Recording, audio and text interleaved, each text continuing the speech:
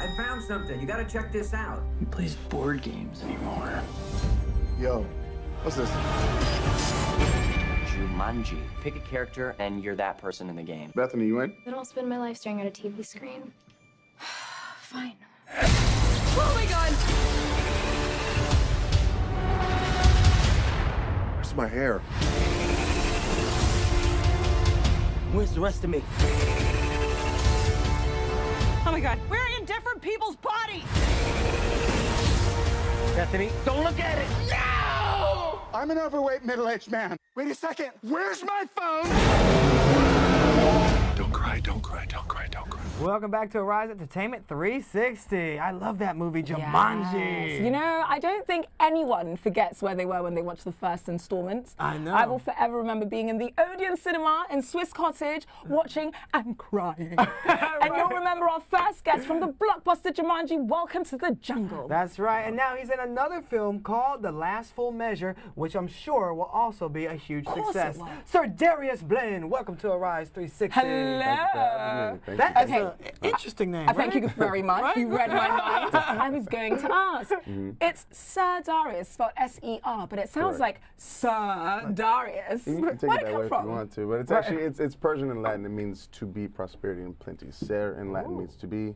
Dariush in Persian means prosperity and plenty. Yeah, so That is powerful. biblical. Yeah, you gotta get your name. You know, if it has a meaning, make people call you it. You know, like it speaks that. you into your destiny. You know? Oh, All speak about that destiny, brother. Yeah, all right. all Well, day. someone spoke it over you because you were just in one of the hugest movies of the year. I mean, Yeah. your movie brought in over $800 million worldwide. Did you have Yeah. any idea when you signed onto this project how huge it was going to be? No clue. I mean, obviously the name speaks for itself, so there's definitely some pressure added there. You know, when you think about being added to a cast of this magnitude, you got the two biggest movie stars in the world, and you know, got Jack Black and Karen Gillan and all these people. So it was definitely exciting from the beginning, but it was also like, you know, we had some big shoes to fill. So I was nervous and excited, and then, you know, when the trailer came out, we had a bunch of internet trolls telling us how we were destroying the legacy and their childhoods and blah blah blah. So I'm glad that, you know, we were able to kind of prove the naysayers wrong and kind of convert them over to our side. You know, we're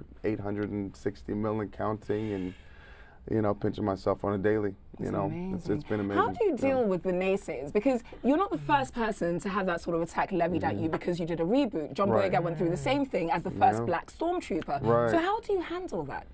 Man, you know what? Ultimately, I try to keep in mind that I do my job for the people that love me and vice versa. You know, it's not for, you know, I don't feed into any negativity. You know what I mean? Because anything that you breathe life into will just expand. It'll just grow. So I enjoy doing my job. I had fun doing it. You know, some of my favorite projects have been ones that have turned out to be duds. At the end of the day, I had a great experience on them. I came away with something for myself, and you know, was able to provide for my family off of it. And so it's a win-win for me. If people like it, it's icing on the cake. Yeah, well, my family liked it. We enjoyed it. And you were Appreciate that. I love that he looked at me when he said my family, and then you looked at me as well. We're not related. Well, we're family, you know, we family. TV family, yeah. But, you know, you play a high school guy who Kevin Hart becomes the avatar to. Right. So what was it like working? Did you get much interaction with Kevin Hart and The Rock? Yeah. I got to interact with them on a creative level, not so much on camera, because, you know, separate scenes. We're you know, we're shooting two different movies basically, but I got to see their creative process at the table reads and you know, cast meetings and stuff like that.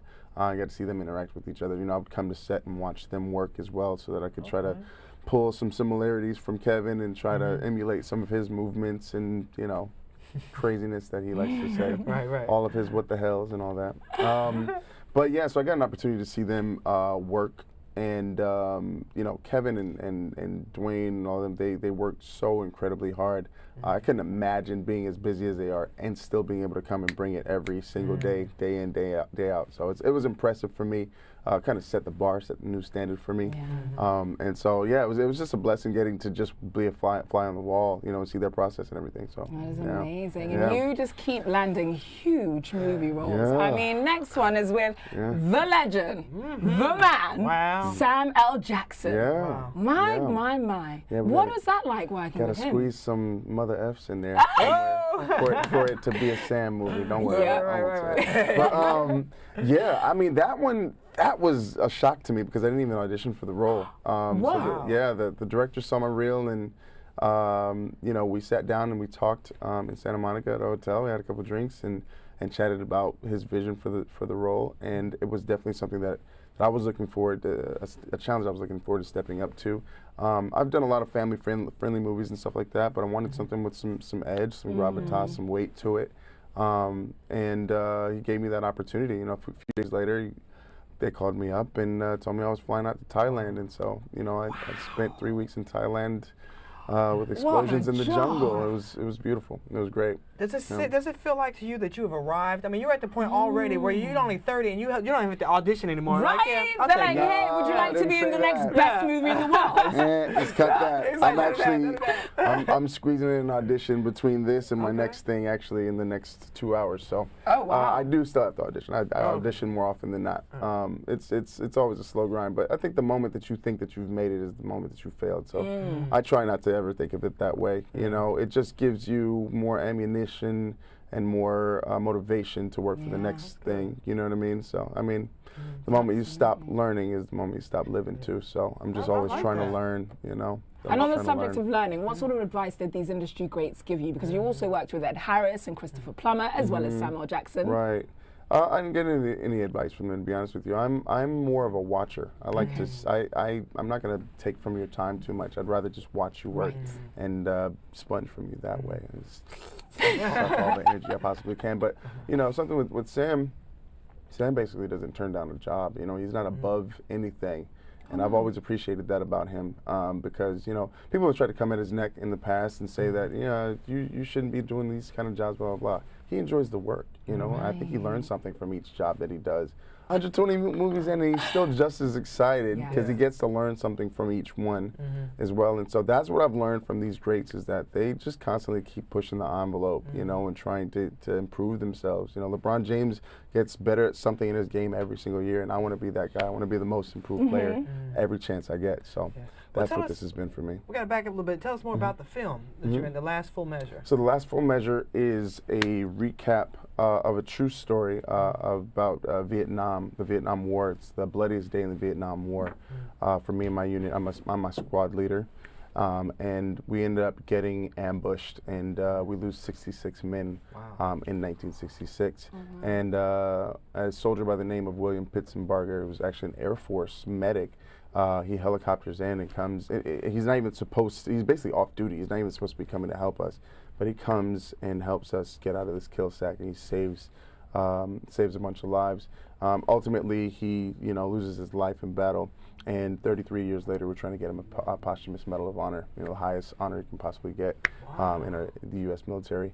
And Sebastian Stan plays the gentleman on Capitol Hill who's lobbying for that, and so he has to go back and interview all of the men who were saved. And Samuel L. Jackson, 34 years later, is me. And vice versa. I keep getting stuck in other people's I know, right? Yeah, you're like baby Kevin and then you're baby Sam. Exactly. Well, I'm always wondering, when you're playing someone who's like a real person, is there a lot more pressure to get it right or do better because the family's watching? Yeah, absolutely. It's the second opportunity I've had to play a real person. The first time was in When the Game Stands Tall, a football movie that I did some years ago with Sony.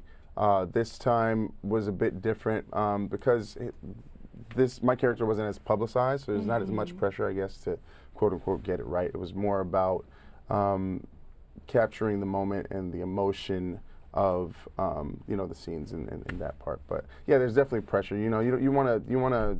If I was playing you in a movie, I would want to do you justice. I'm not. Especially if he sees it on set watching you. I'm not as handsome. I'll have to get like a face grab to try to step my game up. But you don't want to let the person down. And so I try to stay in close contact with the people that I'm portraying. Unfortunately, the gentleman I was portraying this was no longer with us. My character gets shot a few times in the movie. If you look at my Instagram, you can see some of the shots that I took. But it's kind of hard to put yourself in the mindset of the terrifying fear that these soldiers must feel. That's why I have the utmost respect for anyone who, puts their life on the line to be in our armed services. But to kind of get yourself in the mindset that, I might die in this scene, and it becomes very real for you, in that moment, and you walk away from it with a lot of respect. So it took a lot to kind of get myself there, because I try to, remain positive. But for this specifically, you kind of have to go down a little dark path, just a little bit. And how do And then you afterwards, do you that, just gotta laugh a lot and try to like snap out of it, because I ended up going into like this weird depression. Yeah, that's one what I can time, imagine happened. Playing a different role that was kind of dark, so it was interesting. And now, I know this is a true story and serious and everything, but did you actually like practice your dying scene? 'Cause, everybody's like, I gotta practice my death scene. Like, how am I gonna die? Like, do you like practice like, I don't think people die like that. Yeah, right. Well, I didn't die in this one, obviously, because Sam Jackson plays me 34 years later. So I didn't die in that one, but I have practiced a dying scene. Actually, when I did Vampire Diaries and Star Trek Into Darkness, I died twice in a year. Oh, and wow. I found out the first time that I was not a good dyer. J.J. Abrams came to me. I get blasted with like this, space gun, and supposed to blast 15 feet back. And so they shot me, and I just went like that. And JJ was like, "Are you gonna make a sound?" Right, I'm dead. Or... Did it hurt? So the next time I got shot, I was like, "Ah!" He was like, "All right, yeah, let's do that again." So I was like, "You know what? I gotta get better at this." So then, when it was time for Vampire, I got it right finally. They cut it from the movie. So give us some advice. How do we practice that How death does a scene? person properly die? I don't know. It depends on where you get hit. If you're getting hit on your left shoulder, your body's kind of gotta. So you don't just go. And it's all in like this kind of like drunken gaze. I don't know that this Did we get it right? Does this look realistic, guys? You make the sound and then show us on this camera. You shoot us. Who's acting are you making fun of that? What are you talking about? I don't know what you're talking about. What's that? Okay, you make the shot sound. Camera 3 will get us an our reaction. So you shoot us and we'll make a reaction. Okay. Ready? On 3, I'm shooting both of you at the same time. I'm crossing. 1, 2, 3. Wait a minute. Oh shoot! Oh hey! Okay. I think she actually kind of won you there. Thank you. Winner, winner, chicken dinner. Even with my English accent. Thank you. I'll keep practicing. I'll keep practicing that show. She didn't do any of that. I don't know what's going on here. He was expecting that. Oh, okay. I'll practice during the break. Yeah, so and I'll give you all the bloody H's that you like. There you How go. about that? The bloody There you H's. go. There you go. Gosh. Okay. So what is next for you? Next, I'm actually writing a series. I actually just submitted it to someone I can't come say. on. They're not but watching. It's okay. Someone great. I wrote a project that I have Taraji Henson on my eye for. I love her. Always have. Never know. We hope. It's up in the air. I don't know. But I just submitted a project that I think will be great for her. Well, you put it out there in the universe and you'll get it. Yeah. So I'm focusing on writing and producing a lot right now. Obviously, acting is my bread and butter.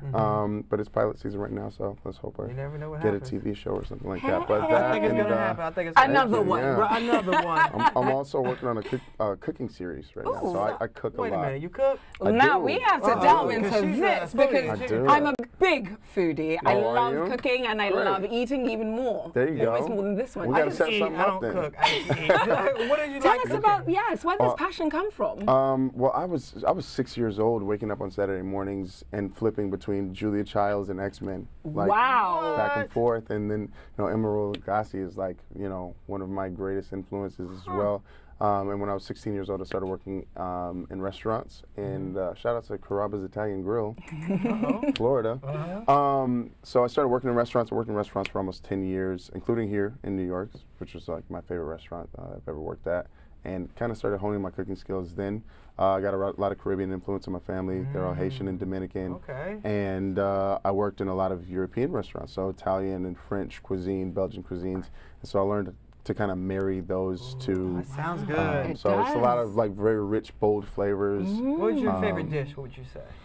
My favorite dish, I make a champagne butter salmon. You had me at champagne. Yeah. I was gonna say it good. So it's a champagne beurre blanc sauce that I do with capers, shallots, garlic, onions. You slow bake the salmon, and then you pour the sauce all over the top with scared of him right little now. souffle. We do a little ratatouille souffle, and boom, boom. Okay, so now aside from the champagne butter chicken, was it chicken or fish? Fish. I got lost in champagne. I got lost in champagne. I'm sorry. But what are you going to be making on Valentine's Day? On Valentine's Day, damn, just put me on the spot. Okay. Okay. On Valentine's Day, I don't know, maybe do like a roasted quail or duck confit, something like that. You gotta get a little saucy with it, you know? All the stuff on. You said roast a quail. I know, right? Just quail. any Fancy bird. right now. Got to. A little bechamel sauce. That on the side with What's some your address? roasted. Right.